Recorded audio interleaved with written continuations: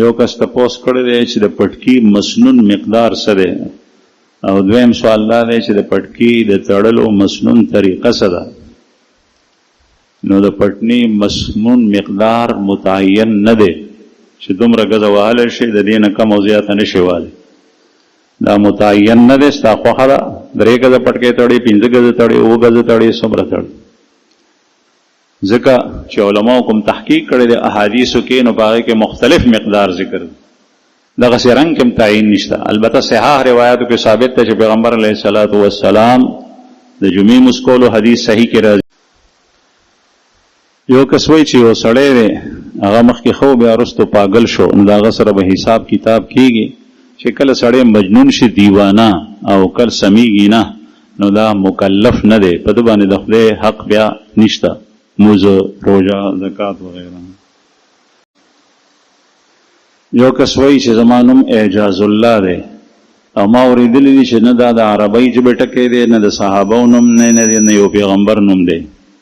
نو آیا اعجاز الله د یو صحابي یا د پیغمبر نوم شته؟ نه، اعجاز الله نوم خو ما د پیغمبر خو نشته دی او د صحابي نوم ما نه دی اورېدلی. البته د دې معنا خطا نه ده، او دا د عربۍ ژبې لفظ دی. اعجاز د باب افعال نه مصدر دی، اعجز یوجز اعجازا، د دې اسم فاعل معجز، او د دې معنی ده کسی کو لاجواب کرنا. یو کس وایي چې ما اورېدلی چې په کائناتو کې اول درجه د الله جل شانه ده، بیا دویمه درجه رسول الله صلی الله علیه وسلم محمد رسول الله ده، او دریمه درجه د ابراهیم علیه السلام ده. آیا دا دریمه درجه والا خبره درسته ده؟ الله جل شانه الله دے او سر درجه ما ذکر کو، بلکہ اللہ دے دا ټول کائنات دا غری دا سوای ہے چې په مخلوق کې څوک افضل لی، دا تپوس په ټول مخلوق کې افضل ترین هستی هغه سید الرسل خاتم النبیین دی. بیا دا تپوس کو چې یو کس تپوس کړی چې عالمان هم د خپلو مجلسونو ویډیو جوړوي، آیا دا ښه کوي که غلطه؟